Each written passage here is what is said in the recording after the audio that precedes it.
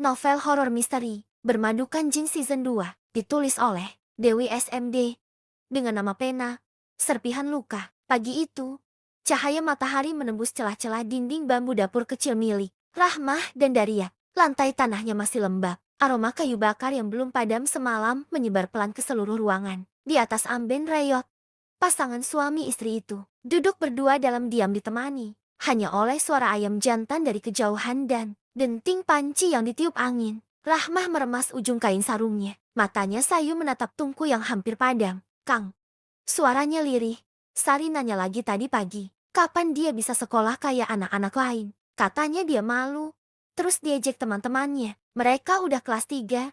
Sementara dia kelas 1 aja belum. Nada suaranya bergetar di ujung kalimat. Seperti menahan air mata yang tak jadi jatuh. Daryat diam saja. Pandangannya kosong ke arah dinding. Ia tahu. Rahmah benar. Anak mereka, Sari dan Irma, semakin besar. Tapi belum pernah merasakan duduk di bangku sekolah. Sekolah memang katanya gratis. Lanjut Rahmah dengan getir. Tapi nyatanya nggak sesederhana itu. Kang, buku, seragam, sepatu, uang kegiatan semuanya tetap butuh biaya. Kadang, yang benar-benar butuh malah nggak pernah dapat bantuan. Daryat menghembuskan napas berat. Ia tahu semua itu. Ia pun lelah dengan keadaan.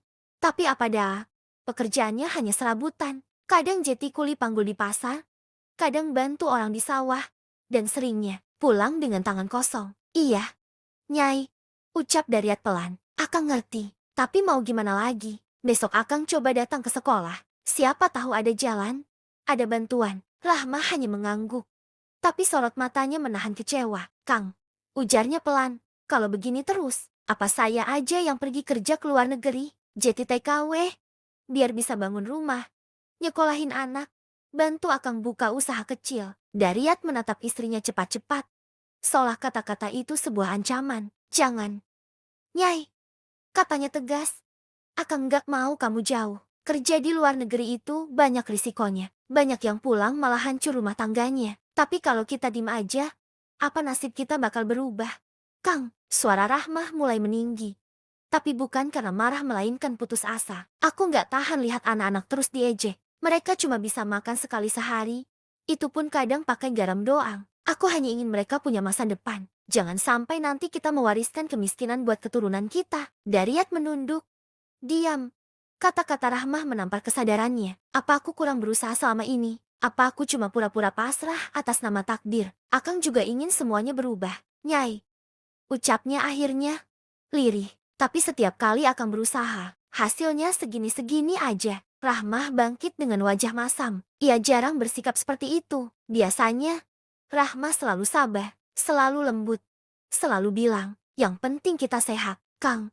Tapi pagi itu entah kenapa hatinya sesak oleh kenyataan. Tanpa banyak bicara, Rahmah pergi meninggalkan dapur. Hanya suara langkahnya yang pelan tapi tegas terdengar menjauh. Daryat menatap punggung istrinya lama, lalu bangkit. "Mungkin memang Akang yang salah," gumamnya pelan, sebelum akhirnya melangkah keluar rumah, meninggalkan aroma kayu bakar dan keheningan yang menyesakkan dada. Jalan menuju sekolah cukup jauh. Sepanjang jalan, Daryat menunduk, menatap tanah berdebu, menelan rasa malu setiap kali berpapasan dengan orang-orang yang tampak lebih beruntung. Sampai di depan sekolah, ia mencoba tersenyum ramah kepada penjaga gerbang. "Permisi, Pak," ujarnya sopan.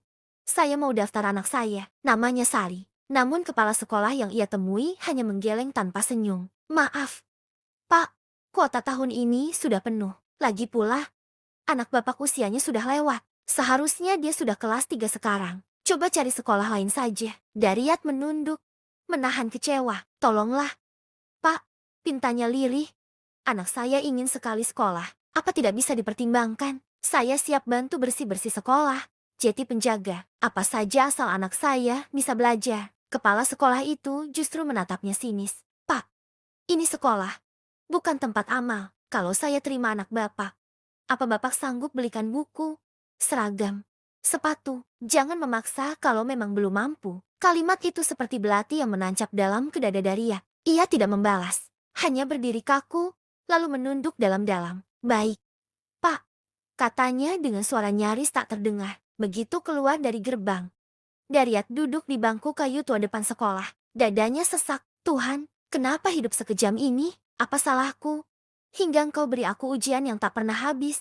Dari kejauhan, ia melihat sepasang orang tua datang membawa anak kecil dengan pakaian rapi dan sepatu mengilap. Mereka disambut hangat, bahkan ditawari duduk oleh kepala sekolah yang sama. Tak lama, mereka keluar dengan wajah sumringah. Dariat memberanikan diri bertanya, "Pak, anaknya langsung diterima ya?" "Iya, Pak," jawab si pria ramah itu. "Kepala sekolahnya baik sekali. Katanya murid di sini masih kurang." "Alhamdulillah, besok sudah mulai masuk," jawabnya. Dariat terdiam lama. Dadanya panas. "Ramah," gumamnya pelan. "Ramah," katanya. Ia tertawa getir. "Jeti hanya karena mereka punya uang. Semuanya Jeti mudah. Kalau begitu," ia mengepalkan tangan, "aku juga harus punya uang. Banyak uang. Supaya anakku nggak diinjak-injak orang lagi." Hari itu, Dariat bersumpah dalam hati. Apapun caranya, ia harus kaya. Sekalipun harus menukar sesuatu yang berharga untuk mencapainya.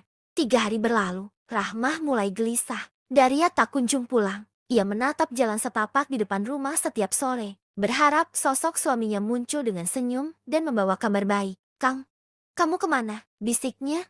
"Maafkan aku kalau kata-kataku kemarin bikin kamu kecewa." Tangannya menggenggam kain selendang. Matanya basah. Tiba-tiba, suara langkah kecil berlari cepat memecah kesunyian. "Bu, Bu!" teriak Irma dengan napas tersengal. Rahma segera menyambut anak bungsunya itu. "Ada apa?" "Irma, kenapa nangis?" "Kak Sari." "Bu, Kak Sari dipukuli orang," jawab Irma terbata-bata. Matanya merah, sama si Radit dan teman-temannya. "Mereka bilang kita ini keluarga miskin yang gak pantas main bareng mereka." Rahma sontak berdiri. "Di mana?" "Di lapangan." "Bu," tanpa pikir panjang, Rahmah berlari sekuat tenaga menuju lapangan. Nafasnya memburu, jantungnya berdetak kencang. Begitu sampai, matanya langsung menangkap kerumunan ibu-ibu di tengah tanah lapang. Di sana, Sari duduk di tanah, menangis ketakutan. Pipinya memar. Rahmah langsung memeluk anaknya erat-erat. "Sari, nak, siapa yang berani nyakitin kamu begini?" Sari tak bisa menjawab. Tangisnya pecah di dada ibunya. Rahmah menatap sekeliling ke arah ibu-ibu dan anak-anak yang menonton tanpa benar-benar peduli. Dalam hatinya, ia hanya bisa berkata lirih, "Ya Allah, sampai kapan keluarga kecilku harus menelan pahitnya hidup seperti ini?" Tapi tiba-tiba seorang ibu mendekat dan tangannya langsung menoyor kepala Sari yang masih terbenam dalam pelukan Rahmah. "Heh, dasar anak tidak terdidik, perempuan kelakuan kayak preman saja." Ucapannya, "Kamu juga Rahmah. Didik tuh anak kamu agar tahu diri. Kami ini orang kaya. Bebas mau berkata apa. Si Sari ini apa? Hanya anak orang miskin yang tidak sekolah." Ucapnya pongah, disambung dengan suara riuh dari mulut para ibu-ibu itu. Sehebat itukah mereka yang punya uang? Hingga dengan tanpa merasa bersalah. Bersambung, yuk baca kisah lengkapnya. Ada di Vizo Novel, dengan judul yang sama dan nama pena, Serpihan Luka.